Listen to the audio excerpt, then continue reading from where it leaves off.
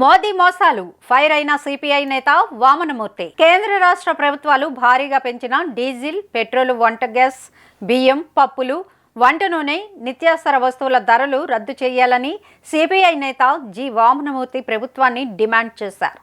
కేంద్రంలో నరేంద్ర మోడీ ప్రభుత్వం భారీగా పెంచిన డీజిల్, పెట్రోల్, నిత్యావసర వస్తువుల ధరలు తగ్గించి ప్రజలకు ఆహార భద్రత కల్పించాలని డిమాండ్ చేస్తూ భారత కమ్యూనిస్టు పార్టీ సిపిఐ దేశవ్యాప్తంగా సెప్టెంబర్ 1 నుండి 6 వరకు ప్రజా ఆందోళన చేపట్టాలని ఇచ్చిన పిలుపులో భాగంగా నేడు మధ్యాహ్నం 12 గంటలకి Shri Vijayadurga auto owner cum drivers welfare association ఆధ్వర్యంలో రైల్వే స్టేషన్ ఇన్గేట్ వద్ద గోడ పత్రిక ఆవిష్కరణ జరిగింది.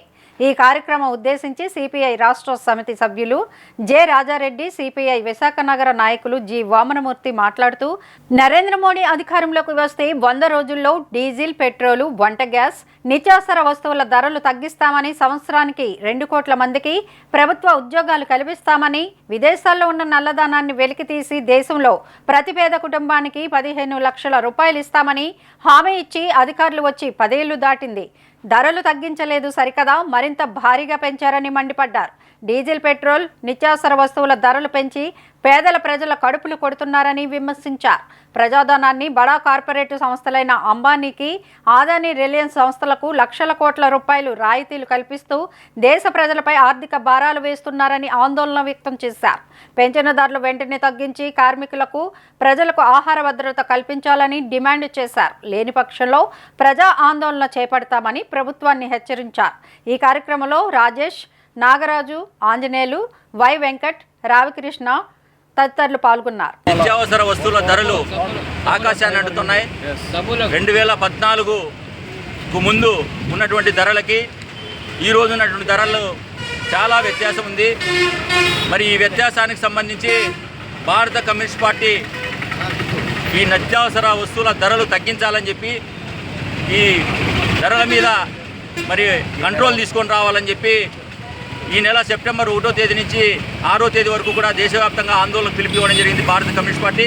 అందులో భాగంగానే ఇక్కడ ఈ ఆందోళన నిర్వహించడం జరుగుతోంది. కేంద్రంలో మోడీ, రాష్ట్రంలో చంద్రబాబు నాయుడు అధికారంలోకి వస్తే పేద ప్రజలు వాడేటువంటి నిత్యావసర వస్తువుల ధరలు తగ్గిస్తూ ఉన్నారు.